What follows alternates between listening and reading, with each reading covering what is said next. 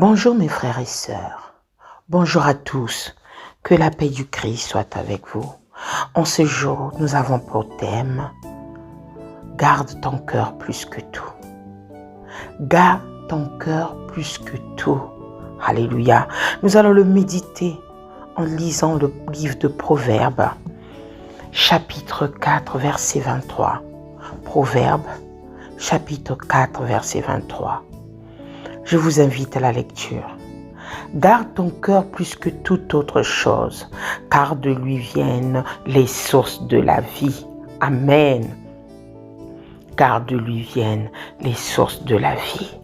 Mes frères et sœurs, nous allons d'abord nous poser cette question fondamentale. Qu'est-ce que la vie? Comme nous les animaux et les plantes vivent, ils naissent, ils développent et ils meurent. Certains animaux semblent même capables d'une certaine intelligence. Ont-ils accès pour autant à la vie dont il est question ici? Mes frères et sœurs, dans l'évangile de Jean, Jésus étonne beaucoup Nicodème en lui parlant d'une nouvelle naissance et donc d'une nouvelle vie qui, elle, ne vient plus de la chair, mais de l'esprit. Cette vie qui est la lumière des hommes et qui ne peut venir que de Dieu. Mes frères et sœurs, nous sommes créés à l'image de Dieu. Nous sommes tous appelés à recevoir cette lumière. Mes frères et sœurs, aujourd'hui, en ce jour, le Seigneur nous dit de garder notre cœur. Ce cœur qui est le lieu le plus profond de notre être, le plus précieux. Car ce cœur, il est en contact direct avec l'esprit et qu'il faut donc garder plus que toute autre chose. Ce cœur qui est si fragile et si vite desséché quand l'eau de grâce ne vient pas l'irriguer régulièrement. Alléluia. Une grâce qui agit même au-delà de tout ce que nous pensons. Le livre d'Éphésiens, l'épître d'Éphésiens chapitre 3 nous dit « Ne soyons donc pas obligatoirement inquiets si notre cœur nous condamne. Dieu est plus grand que notre cœur et il connaît toutes choses. » Mes frères et sœurs, en ce jour, quel est l'état de ton cœur? Mes frères et sœurs, ce cœur communique avec le Saint-Esprit. C'est de notre cœur proviennent les attitudes et les sentiments importants. Le cœur détermine notre vie. Mes frères et sœurs, nous seuls sommes responsables pour la place que nous laissons occuper par les différents sentiments et attitudes. Notre cœur peut être pollué, mes frères et sœurs. Notre cœur peut être pollué, par exemple, par l'égocentrisme ou par des blessures subies, l'orgueil, la vengeance. C'est comme ça que nous pourrissons notre cœur. Un cœur alourdi. Mes frères et sœurs, n'oublions pas que c'est par notre cœur que nous croyons. Celui qui ne sait pas croire ne rencontre pas la parole de Dieu. Dieu est la vie. Garder des blessures encaissées dans son cœur rend malade. Bon nombre de maladies psychosomatiques qui trouvent leur origine. Lâcher les blessures subies et s'en défaire nous guérit. Mes frères et sœurs, en tant que chrétiens, la possibilité est offerte de se décharger de toutes ces choses. C'est à nous de saisir cette possibilité. Jésus se charge de ce qui nous pèse. Il nous libère.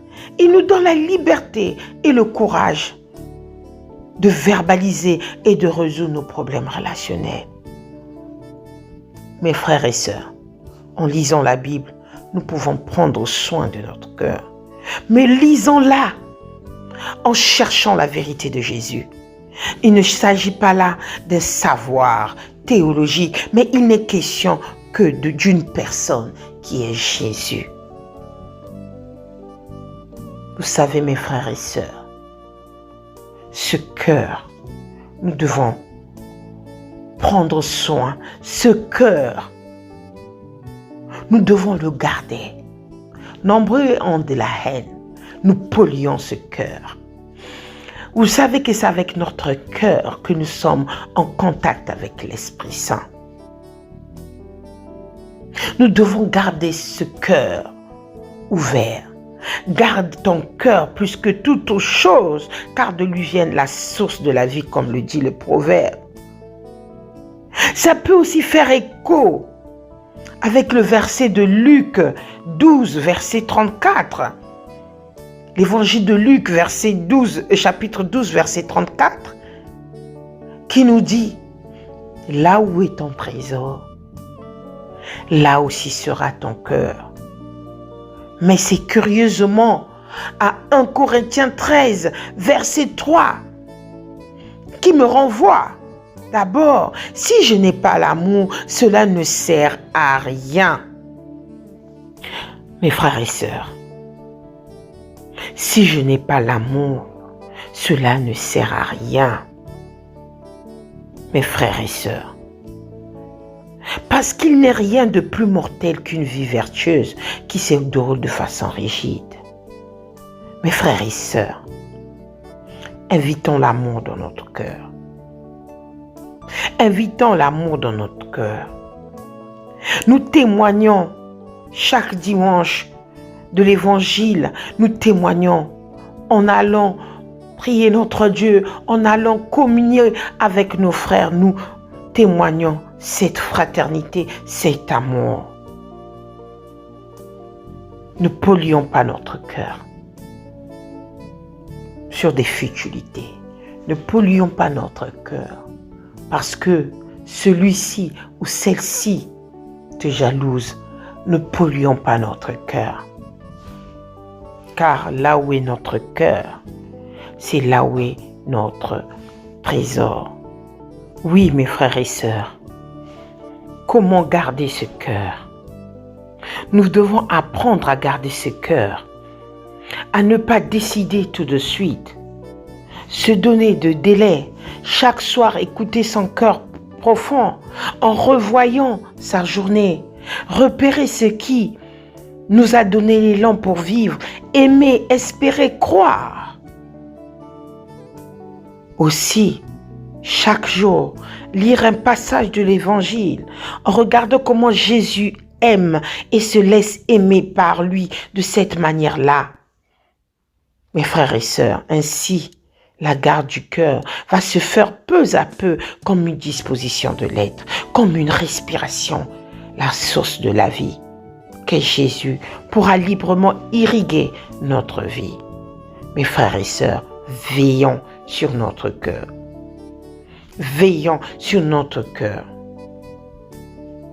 Nous devons avoir la paix, la reconnaissance, la joie qui gardera notre cœur. Nous devons veiller et prier. Comme le dit le Psaume 112, verset 7. Ne me détourne pas de ce lieu de confiance, de calme, de joie où l'Esprit de Dieu réside en moi. Cela doit être notre prière, mes frères et sœurs. Car sans la présence de Dieu en nous, sans l'Esprit de Dieu en nous, sans la justice, nous risquons de perdre notre cœur, nous risquons de polluer notre cœur. Gardons notre cœur précieusement, car là où est ton trésor, c'est là où est ton cœur. Que Dieu nous bénisse tous. Amen.